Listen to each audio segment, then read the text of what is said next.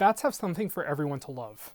Bats fly while pregnant. Bats have incredible memories. Bats have incredible resistance to cancer, and bats basically play a game of rock paper scissors of the viruses that they have and the viruses that we have, right?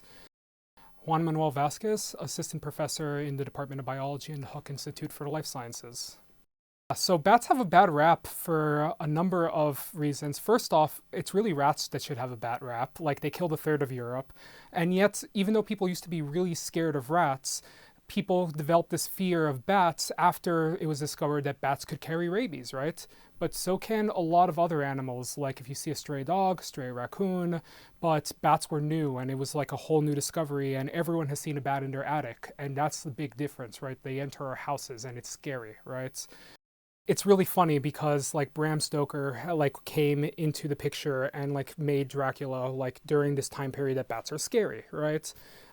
He had no idea, because we didn't know back then, that bats are extremely long-lived.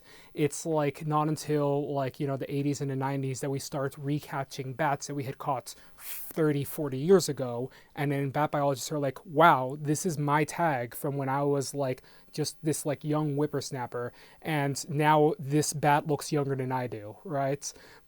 At the end of the day, bats are why we save trillions of dollars on pesticides in the farmlands. Bats are the reason why your backyard might not have that many mosquitoes if you kept your oak trees intact. Bats are the reason why we have tequila, because there's a tequila bat. And the agave plant is only pollinated by one species, right? So there's a number of reasons why bats are actually really cool, and people should love them, not fear them. So you can look at bats, you can look at all these extraordinarily long-lived animals, or animals that live an extraordinarily long time, right? And ask the question, why are you like this, right? Genetically speaking. So we can go and sequence their genes, we can compare that to human genes.